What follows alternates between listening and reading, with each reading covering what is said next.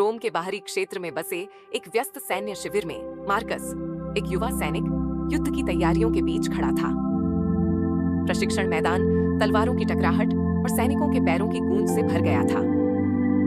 युद्ध कौशल में निपुण होने के बावजूद मार्कस के हृदय में भय की एक गहरी परछाई बनी हुई थी। कुछ समय पहले ही मार्कस ईसाई धर्म में परिवर्तित हुआ था। वह उपदेशों में ईश्वर के वचनों और प्रार्थना की शक्ति को सुनता था, परंतु सामने आने वाला भीषण संघर्ष उन शिक्षाओं पर भारी पड़ रहा था। सूर्यास्त के समय जब हल्की रोशनी पूरे शिविर पर बिखर रही थी, मार्कस अपनी चमड़े की बाइबल को थामे एक शांत कोने में जा बैठा। उसे अपने पादरी के उपदेश के वे शब्द याद आए, क्या मैंने तुझे आज्ञा नहीं दी? दृढ़ हो और साहसी बन, मत डर, मत घबराए, क्योंकि तेरा परमेश्वर यहोवा जहां भी तू जाएगा तेरे साथ रहेगा। यहोशू की पुस्तक के ये वचन मार्कस के भीतर गूंजने लगे, उसे सांत्वना और साहस प्रदान करते हुए। अपने भय को परास्त करने के संकल्प के साथ मार्कस घुटनों के बल बैठ गया और मन से प्रार्थना करने लगा। उसने ईश्वर से साहस मांगा, अपने साथियों की रक्षा के लिए विनती की और अपने हृदय में शांति की याचना की। उसकी सच्ची प्रार्थना के साथ एक कोमल, शीतल सा सुकून उस पर उतर आया और उसके मन का उद्वेग धीरे धीरे शांत होने लगा। अगली सुबह जब सैनिक युद्ध के लिए पंक्तिबद्ध हुए, मार्कस को एक अद्भुत शांति महसूस हुई।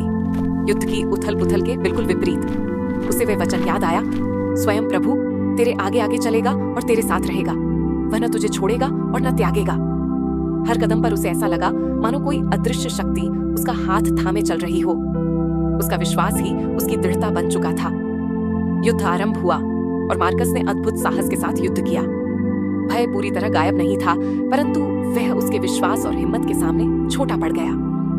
उसे ऐसा प्रतीत हो रहा था जैसे ईश्वर स्वयं उसके कदमों का मार्गदर्शन कर रहे हों और उसे रक्षा कवच प्रदान कर रहे हों। चमत्कारिक रूप से मार्कस भीषण युद्ध से बिना किसी हानि के लौट आया, ठीक वैसा ही जैसा उसने प्रार्थना में मांगा था। शिविर में लौटकर उसने ईश्वर का धन्यवाद किया और अपनी गवाही अपने साथी सैनिकों से साझा की, जो उसकी बहादुरी सुनकर आश्चर्यचकित रह गए। मार्कस की कहानी हमें एक महत्वपूर्ण सत्य सिखाती है। सच्चा साहस प्रार्थना और ईश्वर के विश्वास योग्य वचनों पर दृढ़ रहने से मिलता है। दृढ़ रहो और साहसी बनो, मत डरना, मत घबराना, क्योंकि तुम्हारा परमेश्वर जहां भी तुम जाओगे तुम्हारे साथ रहेगा।